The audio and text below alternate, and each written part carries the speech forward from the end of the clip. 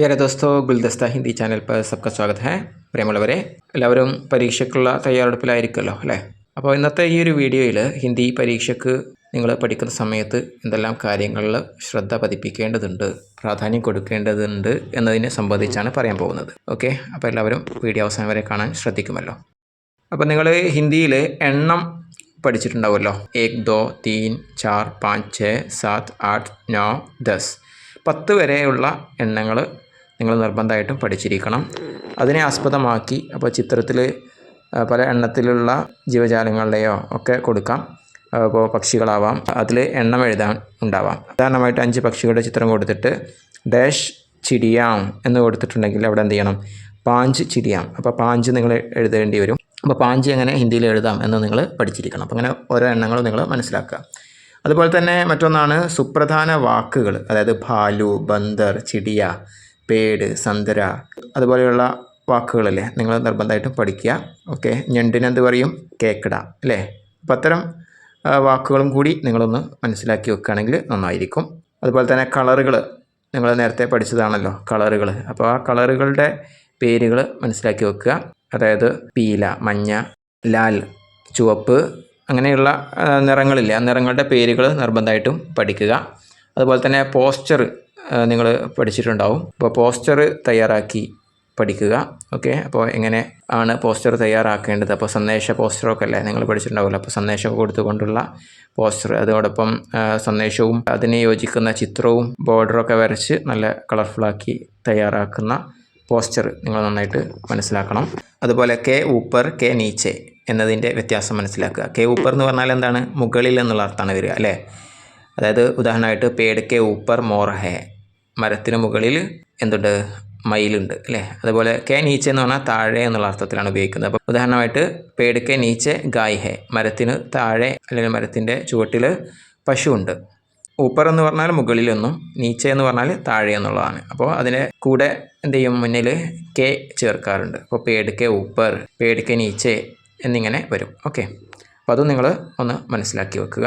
ഒരു ചിത്രം കൊടുത്തിട്ട് താഴെ കള്ളിയിൽ കെ ഊപ്പറും കെ നീച്ചയും ചേർത്ത് വേർതിരിച്ച് എഴുതാനൊക്കെ വരാവുന്നതാണ്. ഇനി മറ്റൊന്ന് വാർത്താലാപ് അഥവാ ബാത്ചീത്ത്, സംഭാഷണം എന്നുള്ളതാണ് ഈ 2 വാക്കുകളുടെയും അർത്ഥം. വാർത്താലാപ്, ബാത്ചീത്ത്, ഇങ്ങനെ സംഭാഷണം തയ്യാറാക്കാൻ വരാവുന്നതാണ്. മിക്കവാറും നിങ്ങൾക്ക് കള്ളിയിൽ കൊടുക്കും. അപ്പോൾ അത് ആരാണോ പറഞ്ഞത് എന്നുള്ളതിൽ അവരുടെ നേരെ എഴുതുകയാണ് വേണ്ടി വരിക കേട്ടോ. അപ്പോൾ അത് നിങ്ങളൊന്ന് തയ്യാറാവുക. നിങ്ങൾ പഠിച്ച സംഭാഷണം ഒന്ന് നോക്കി വെക്കുക. ഓക്കെ, അതുപോലെ തന്നെ മറ്റൊന്ന് പാഠഭാഗം നിങ്ങൾ നന്നായിട്ട് പഠിക്കണം. കാരണം അതിൽ വരുന്ന പ്രധാന സംഭവങ്ങളെയൊക്കെ ഓർഡറാക്കി എഴുതാൻ വരാവുന്നതാണ്. ഓക്കെ, അതായത് ക്രമബദ്ധ കർക്കെ ലിഖേം എന്നൊക്കെ വരാം, ഓർഡറാക്കി എഴുതാൻ. അതുപോലെ തന്നെ കവിതയിലെ വരികൾ നിങ്ങൾ കാണാതെ ഒന്ന് പഠിച്ചു വെക്കുന്നത് നന്നായിരിക്കും. നിങ്ങൾ പഠിച്ചിട്ടുള്ള കവിതകളില്ലേ, അതിലെ വരികൾ, അപ്പോൾ അത് ഓർഡറാക്കി എഴുതാൻ വരാം. ഓർഡർ തെറ്റിച്ചിട്ട് ചില വാക്കുകൾ അങ്ങോട്ടും ഇങ്ങോട്ടൊക്കെ കൊടുത്തിട്ട് വരാവുന്നതാണ്. അപ്പോൾ അത് ഓർഡറാക്കി എഴുതുക. അതുപോലെ തന്നെ തുക്കാന്ത് ശബ്ദ്, അവസാനം ഒരുപോലെ വരുന്ന തുക്കാന്ത് ശബ്ദങ്ങളുണ്ടല്ലോ, അത് നിങ്ങൾ മനസ്സിലാക്കി വെക്കണം. അപ്പോൾ ഉദാഹരണമായിട്ട് ഭാഗി, ജാഗി അവസാനം ഒരുപോലെ ആണല്ലോ വരുന്നത്. ഖീഞ്ചെ, നീച്ചെ, ആയി, ബുझായി, ലഗാത്തെ, ബജാത്തെ മുതലായ തുക്കാന്ത ശബ്ദങ്ങൾ വരുന്നുണ്ടല്ലോ നിങ്ങൾ പഠിച്ച കവിതകളിൽ, അതൊന്ന് നോക്കി വെക്കണം. അതുപോലെ തന്നെ സമാൻ ധ്വനി വാലെ ശബ്ദ്, ഉദാഹരണമായിട്ട് പീച്ചെ പീച്ചെ, നീച്ചെ നീച്ചെ, ടർ ടർ, ഝൻ ഝൻ മുതലായ സമാന ധ്വനികൾ വരുന്ന വാക്കുകളില്ലേ, അത് നിങ്ങളൊന്ന് മനസ്സിലാക്കി വെക്കുക. ഓക്കെ, അപ്പോൾ ഇത്രയും കാര്യങ്ങൾ നിങ്ങൾ പ്രാധാന്യത്തോടു കൂടി മനസ്സിലാക്കുക. അപ്പോൾ എല്ലാവരും വളരെ ഉഷാറായിട്ട് പരീക്ഷയ്ക്ക് തയ്യാറെടുക്കുക. എല്ലാവർക്കും ഉയർന്ന മാർക്ക് സ്കോർ ചെയ്യാൻ സാധിക്കട്ടെ എന്ന് ആശംസിക്കുകയാണ്. അപ്പോൾ ഇനി നമുക്ക് ചില മോഡൽ ക്വസ്റ്റ്യൻസ് നോക്കാം. ഓക്കെ, ഈ കാര്യങ്ങൾ പഠിച്ചതിന് ശേഷം ഈ മോഡൽ ക്വസ്റ്റ്യൻസ് ഒന്ന് ചെയ്തു നോക്കുകയും ചെയ്യുകയാണെങ്കിൽ വളരെ നന്നായിരിക്കും. ഓക്കെ, അപ്പോൾ ഈ വീഡിയോ നിങ്ങൾക്ക് ഉപകാരപ്പെട്ടിട്ടുണ്ടാകുമെന്ന് വിചാരിക്കുന്നു. 5ാം ക്ലാസ്സിലെ വിദ്യാർത്ഥികൾക്ക് സഹായകമായ വീഡിയോകൾ നമ്മുടെ ചാനലിൽ ലഭ്യമാണ്. പ്ലേലിസ്റ്റ് എന്നുള്ളതിൽ STD 5 ഹിന്ദി എന്നുള്ള പ്ലേലിസ്റ്റിൽ നിങ്ങൾക്ക് നോക്കിയാൽ വിവിധ വീഡിയോകൾ കാണാവുന്നതാണ്.